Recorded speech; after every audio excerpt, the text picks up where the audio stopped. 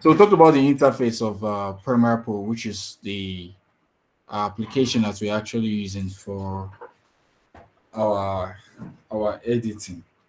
And mind you, while it is that we are working with Premiere Pro on this particular course, we still have other options of what we can work with, other different mobile apps, because I'm aware some of us would actually be more convenient working with the mobile application.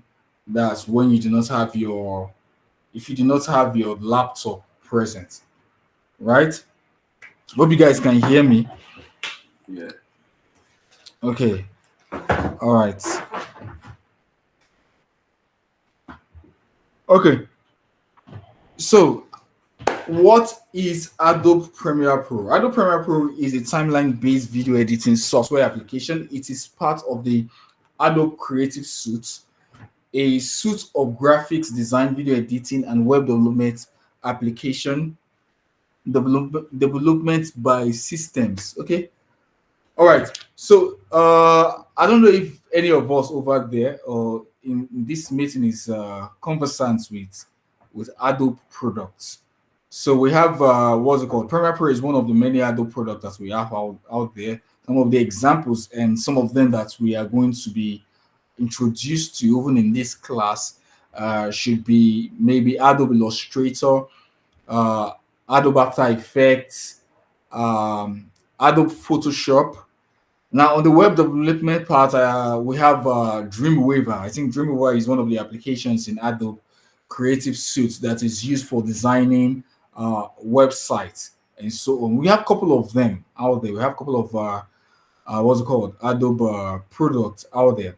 But particularly, we'll be working with Premiere Pro, which, according to what we have on the slide here, is a timeline based video editing software. Now, timeline is not a strange terminology for us because we have talked about it before. Timeline is actually where we have our clips, where we have our video clips running. So let me see if I can quickly share my screen so we can look at what the time is. Let me just see that if I can quickly share my screen, or if not, we'll just keep going. Anyways, the timeline is actually the area of the application where we have our our clips, our video clips edited. So from the last class that we had, I'm very, very sure we worked the area or the segment of the application that we actually worked on is actually called the timeline and all of that. So let's move on. Now, Adobe Premiere Pro is powerful video editing software. Yes, it is a powerful video editing software. It's actually also very, very popular. So the free video editing tools, iMovie, that's for MacBook, for those of you using Apple system, or or Movie Maker for the normal PCs. So it might be an easier option for your project since it has many built-in titles, music tracks, and etc. But Adobe Premiere Pro is more professional. Yes, it is more professional. And a lot of us out there actually have all these other editing softwares. I think a couple of them are, or a good example of some of all these editing softwares could also be Filmora, aside from your Movie Maker or your iMovie. Now, but the truth of the matter is, when it comes to industry standard application for working, we would actually subscribe that you use Adobe Premiere Pro. And it's called industry standard in the sense that it is the application that you need to work in a corporate organization. If, for instance, you have to work in a studio, you have to work in a studio, the application that's actually going to be asked for you is whether you can use Premiere Pro. If you're given an, if you have an interview, for instance, in a what's it called, in a studio like let's say Disney, for instance, or Yuchuko Studio right here in Nigeria, uh, the application that will be expected of you to use, even though the other ones are good, they are okay, but the industry standard one, the professional application that is known across the world to be used, is Premiere Pro. I'm very sure most of you can actually attest to that because it is what we hear of out there, and it is quite incredible and quite powerful. Now, it is expecting you to import your own titles, music, etc. into the project. Unlike your movie maker, even your clip studio application and all of that, uh, they have templates. Most of them are template based. So you already have your titles, you already have inbuilt music tracks and all of that in all those other applications. But in Premiere Pro, you are expected to be creative about these things. Okay. Yeah, in Premiere Pro, you're expected to be creative about these things.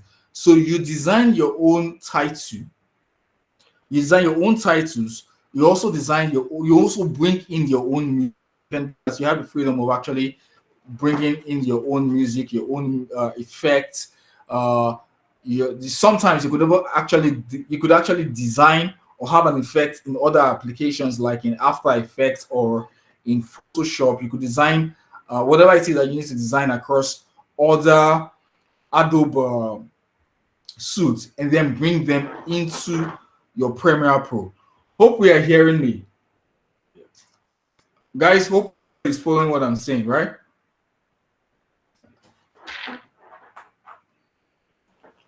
Yes. All right. So, okay, I just needed to get that just to make sure that I am not talking out of terms and all of that. Okay, now the only time that Adobe Premiere Pro is necessary over the free editing softwares on your computer is that it has an advantage of multiple music tracks or image tracks. That's it can actually accommodate.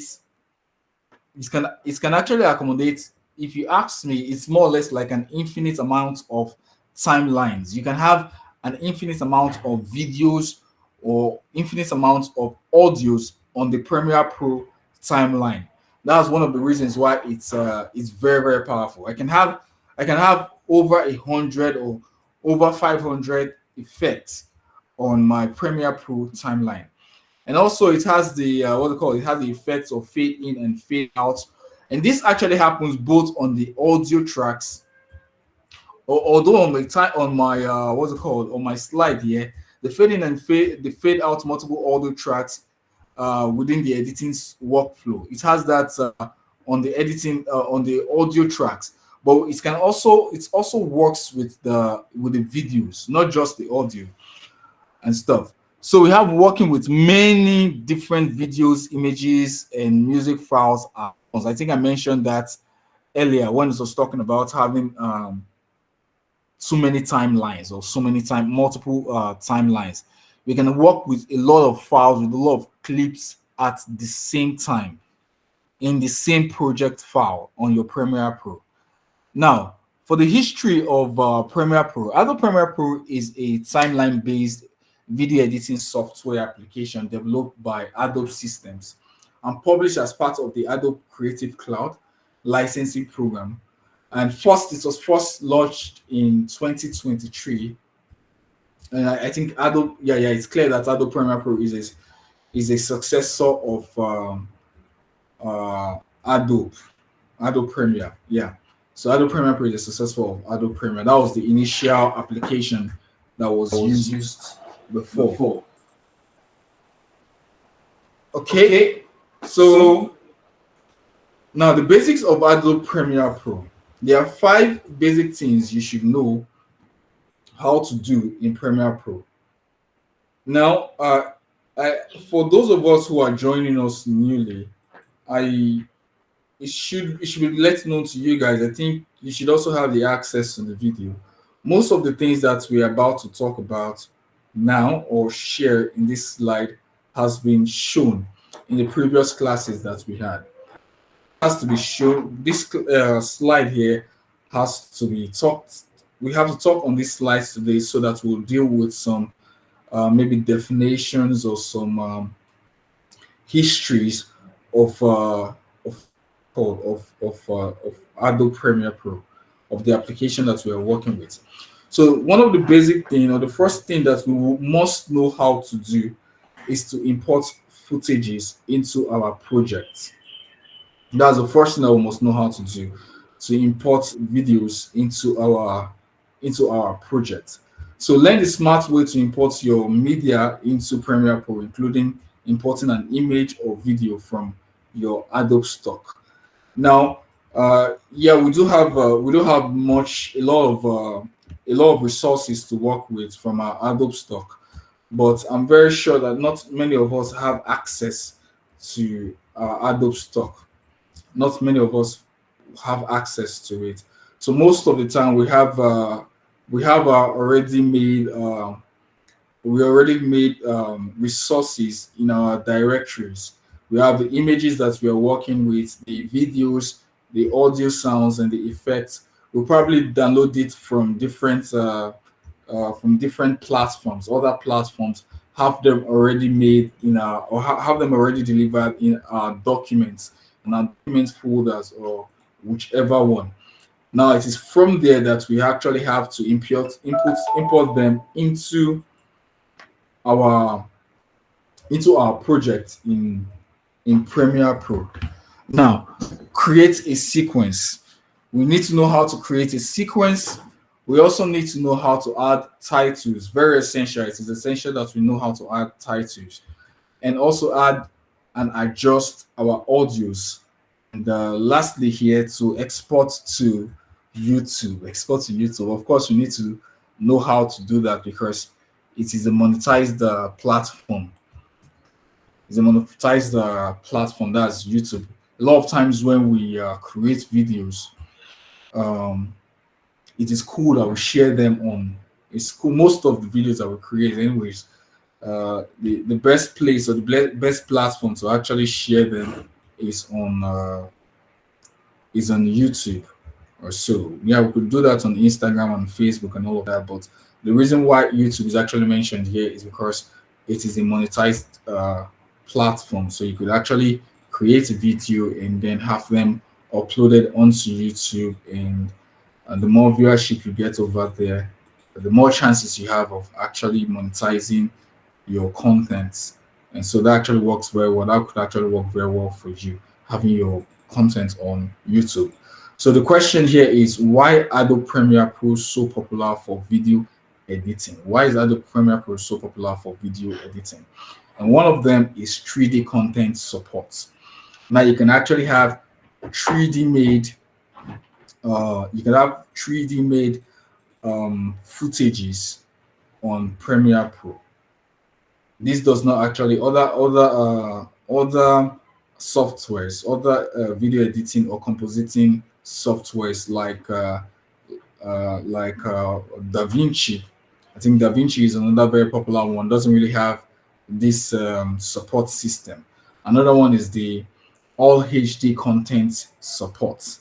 So I shared a couple of files with somebody I was working with of the reason why I use Premiere Pro, and it's actually because of the high definition, the resolution that comes out of it, the production that that comes when you use that, the quality of production that actually comes when you use Premiere Pro.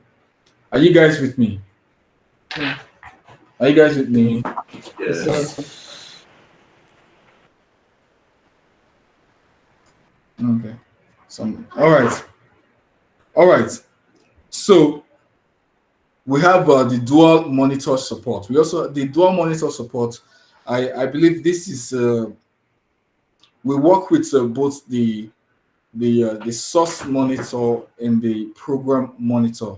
This also allows a lot of flexibility when we are editing. It allows a lot of this sort of flexibility when we are editing, when we are doing our edits in Premiere Pro. So you have the source monitor where you can actually preview. You can preview a video or a footage. You can preview a footage and get a selected aspect of that video or the footage, whichever one you want to use.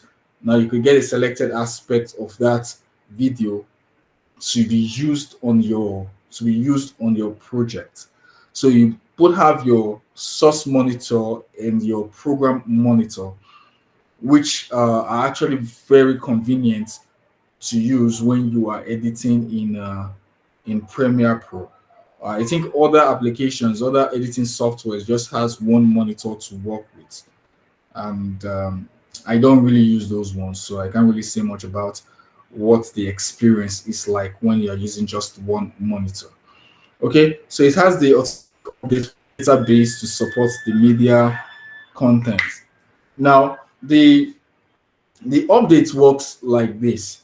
For instance, I have a picture of I don't know how, okay, many of you, I was going to say Madonna, but let me just say Bonner Boy or so. Let's assume I'm working on a project for Bonner Boy, and perhaps it's a slideshow of which I have about 5 pictures of Bonner Boy from my Photoshop what's it called, my Photoshop platform. I did some designs or some edits on Bonner Boy, all named Bonner Boy 1, Bonner Boy 2, 3, 4, 5, because the names are very important. Now I have these images on my Premiere Pro that I'm working with.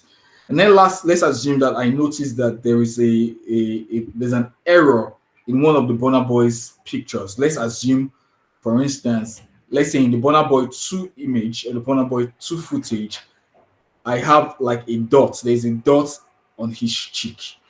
If I go to my Photoshop and change that dot, maybe fix the dot, take it off, erase it, or replace it with something. Now I don't have to save it on Photoshop and drag it back into Premiere Pro. No. So long as I update that image, I've made that correction on Photoshop, it will automatically update itself on Premiere Pro. Now, one of the reasons why it does this is because the Adobe packages, the Adobe suites, all the Adobe applications, Premiere Pro, Photoshop, After Effects, Illustrator, they are all linked. So whatever all the updates happened in any of these applications, while I have any of their footages, if I have a footage of After Effects on Premiere Pro, or I have a footage of Photoshop on Premiere Pro, whatever updates I make in any of the other applications, it would automatically affect on Premiere Pro. And that's actually very, very convenient because it allows me to work simultaneously with these applications. So I can be working simultaneously with my After Effects and my Premiere Pro, knowing fully well that whatever edits, whatever changes I make on my